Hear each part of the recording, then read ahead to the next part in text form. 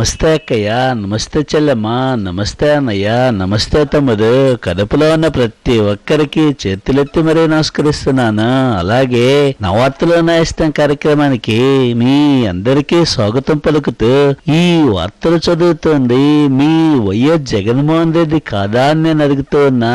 తమ్ముళ్ళు, మా నాయన దివంగత మహానేత ప్రజానాయకుడు వైఎస్ రాజశేఖర రెడ్డి గారు ఆయన చనిపోతూ ఈ రాష్ట్రమంతా పెద్ద కుటుంబాన్ని నాకు ఇచ్చి వెళ్లారని నేను చెప్పలేదా అని నేను అడుగుతూ ఉన్నా. మరప్పుడు అన్యాయంగా ఓరుగల్లు జిల్లా మానుకోట దగ్గర నన్ను అడ్డుకొని వెనక్కు పంపడం తప్పు కాదా అని నేను అడుగుతూ ఉన్నా. ఇప్పుడు తెలంగాణలో దారి పొడవునా జనం నాకు నీరాజనాలు పట్టలేదా అని నేను అడుగుతున్నా. దయచేసి సమాధానం చెప్పండి. దీనికి సంబంధించిన మరిన్ని వివరాల్లోకి వెళ్లే ముందు ఒక్కసారి వాళ్ళతో హెడ్లైన్ చదువుతాను. నా తమ్ముళ్ళు, అక్కయ్యలు, చెల్లెమ్మలు, అన్నయ్యలు ప్రతి ఒక్కళ్ళు జాగ్రత్తగా వినాలని చేతులు జోడించి మరీ తెలియచేసుకుంటున్నా. సూపర్ సక్సెస్ మన ఆరుమూరు రైతు యాత్ర ఇక తెలంగాణలో చేపడతా ఓదార్పు యాత్ర. కేసీఆర్ తో కుమ్మక్కైంది కాంగ్రెస్, మనపై దుష్ప్రచారం చేస్తోంది Botcha.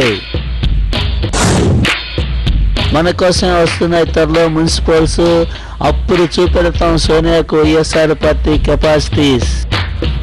Now news in detail. నా తమ్ముళ్ళు, అక్కయ్యలు, చెల్లెమ్మలు, అన్నయ్యలు ప్రతి ఒక్కళ్ళు జాగ్రత్తగా వినాలి. ఎన్నికలు వస్తే సీమాంధ్రలో జగన్ హవా ఉంటుంది, తెలంగాణలో టీఆర్ఎస్ హవా ఉంటుందని కేసీఆర్ చెప్పలేదా అని నేను అడుగుతూ ఉన్నా. సీమాంధ్రలో ఎలాగో హవా నాదే, ఇప్పుడు ఆరుమూరు రైతు యాత్రతో తెలంగాణలో కూడా నాదే హవా నడుస్తుందని మనకి స్పష్టం కాలేదా అని నేను అడుగుతూ ఉన్నా. ఇప్పుడు ఆ రకంగా రాష్ట్రమంతా నా హవా నడుస్తుందని నేను తెలియచేస్తున్నాను. ఇది నిజం కాదా అని నేను అడుగుతున్నా. దీనికి సంబంధించిన మరిన్ని వివరాలని మన అధికార ప్రతినిధి అంబటి రాంబాబు గారు అందించడం కోసం లైన్ లో ఉన్నారు. Over to Ambati Rambabu. నమస్కారం జగన్మోహన్ రెడ్డి గారు. కెమెరామెన్ జూపూడి ప్రభాకర్ రావుతో reporter Ambati Rambabu, Srinagar colony guest house నుంచి.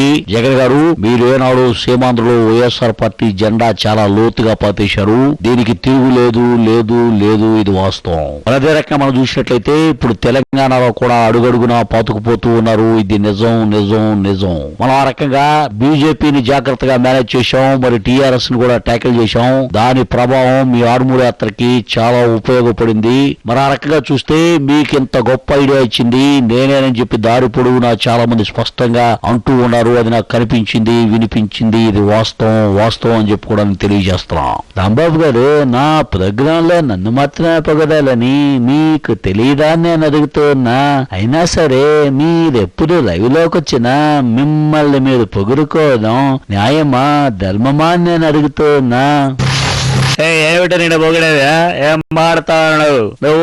అంబటి రాంబాబు ఇద్దరు కలిసి పిచ్చ కథలు వేస్తా ఉన్నారు. ఇది పద్ధతి కాదు. మరి ఆ మాదిరిగా చూసినట్లయితే మీ ఆరుమూరు యాత్ర కన్నా అదే రోజు మీరు చేపట్టినటువంటి విద్యుత్ సౌదారాలు పెద్ద హిట్ అయిందని చెప్పి కూడా చాలా క్లియర్ గా మీ అందరికి కనిపిస్తా ఉంది. మరి అదే మాదిరిగా ఇంకో పక్క మనం చూసినట్లయితే నిజామాబాద్ లో మీ రైతు దీక్ష కన్నా ఓరుగల్లులో నా రైతు పోరాట పెద్ద హిట్ అని కూడా మనకి తెలుస్తా ఉంది. ఆ మాదిరిగా ఇప్పుడు ఎటుపక్క చూసినా నా రెండు కళ సిద్ధాంతం బ్రహ్మాండంగా ముందుకు పోతా అని చెప్పి ఈ సందర్భంగా మీకు నేను తెలియజేస్తాను. మీరు లేనిపోయిన పిచ్చ కథలు ఏదో ఆశలు అంతగా పెట్టుకోవద్దు. చూసారా తమ్ముళ్ళు, నేను ఆరుమూరు యాత్ర పెట్టుకున్న రోజునే టీడీపీ చంద్రబాబు విద్యుత్ సౌదారాలు పెట్టడం న్యాయమా ధర్మమా అని నేను అడుగుతున్నా.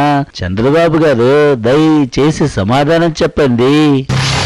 జగన్ బాబు, నేనయ్యా లక్ష్మీ పార్వతిని. నీ ఆరుమూరు దీక్ష విజయవంతమైనందుకు నాకెంతో ఆనందంగా ఉంది బాబు. నువ్వు ఆ దీక్షా శిబిరంలో ఇంకొక పని కూడా చేయాలి నాయనా. తెలుగు జాతి మనది, నిండుగా వెలుగు జాతి మనది అంటూ పాట పాడాలి. అప్పుడు 6 అడుగుల అందగాడు, ఆంధ్రుల అభిమాన నాయకుడు ఎన్టీ రామారావు గారి ఆత్మ కూడా ఎంతగానో సంతోషిస్తుంది నాయనా. తమ్ముళ్ళు, ఈ లక్ష్మీపార్వతి చెప్పిన పాట పాడితే ఆర్మూర్లో ఏమవుతుందో నాకు తెలీదా అని నేను అడుగుతున్నా. ఇలాంటి సమయాల్లో మనం ఒక్క షార్ట్ బ్రేక్ తీసుకోవడం అవసరం కాదా అని నేను అడుగుతున్నా. అందుకే టేక్ ఏ బ్రేక్.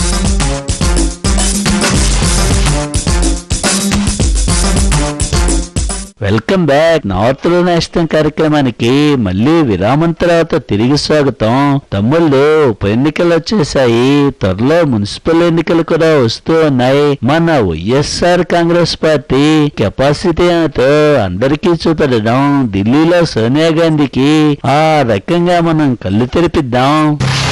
వారేవా ఇదేం లేలే నాకు తెలియకర్త ఇక ఉప ఎన్నికలో పోటీ పెట్టనట్టి ఇప్పుడు గిట్ల మాట మార్చుడు ఇదేమైనా పద్ధత? మాకు ఒకటే కలచ్చు, రాజీనామాలు చేసుడు, ఉప ఎన్నికలో గెలుచుడు. మధ్యలో నీ కళ్ళు తెరిపించుడు ప్రోగ్రాం ఏందా నాకు తెలియకర్త? ఇప్పుడు నన్ను గిట్ల డిసైడ్ చేసుడు ఏమైనా బాగున్నదా? తెలంగాణ నా ఇజ్జత్ ఏం కావాలి? ఇన్సాఫ్ గా ఆలోచన గిట్లా చేసి ఒక మాట చెప్తా ఇను. ఇక ముందు దీక్షలు నీవి, ఉప ఎన్నికలు నావి. ఎట్టుండదా ఈ ముచ్చటి? కేసీఆర్ గారు, మీరు ఫామ్ హౌస్ లో కూర్చొని దీక్షలు నన్ను చేయమనడం న్యాయమా నేను అడుగుతున్నా. మన ఇద్దరం కలిసి సీఎం కిరణ్ కుమార్ కి బుద్ధి చెప్పాల్సిన అవసరం లేదా అని నేను అడుగుతున్నా. దయచేసి సమాధానం చెప్పండి.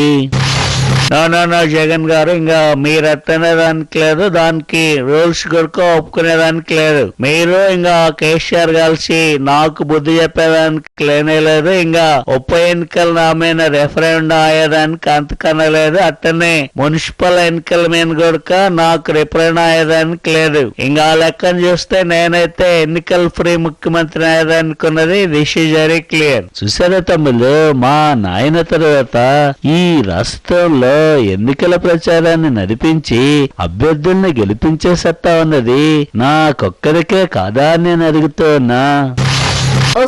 మిస్టర్ జగన్, మా రిక్వైర్మెంట్స్ మీకు ఇంకా తెలిసినట్టు లేదు. కాంగ్రెస్ లో నాకు ఇష్టములు లేని పని డిమాండ్లు చేయడానికి లేదు. అందరూ విధేయులై ఉండడములు అవసరములు. మేము వంగమంటే వాళ్ళు పాకడములు చేయాలి. అర్థమైందా? If you are ready for it you can contact us. విన్నారా తమ్ముళ్ళు, ఢిల్లీలో నేను నెమ్మదిగా వంగుతూ ఉన్నా. వాళ్ళు నన్ను పూర్తిగా వదలడం లేదు, కింద పాకమంటున్నారు. ఇది న్యాయమా అని నేను అడుగుతూ ఉన్నా. సరే ఈ బులెటిన్ ఇక్కడితో ముగిస్తున్నానని మీ అందరికీ చేతులెత్తి మరీ తెలియచేస్తున్నా. నమస్తే అక్కయ్య, నమస్తే చెల్లెమ్మ, నమస్తే అన్నయ్య, నమస్తే తమ్ముడు. జై ఆర్మూరు దీక్ష, జై తెలంగాణలో మన ఓదార్పు యాత్రలు.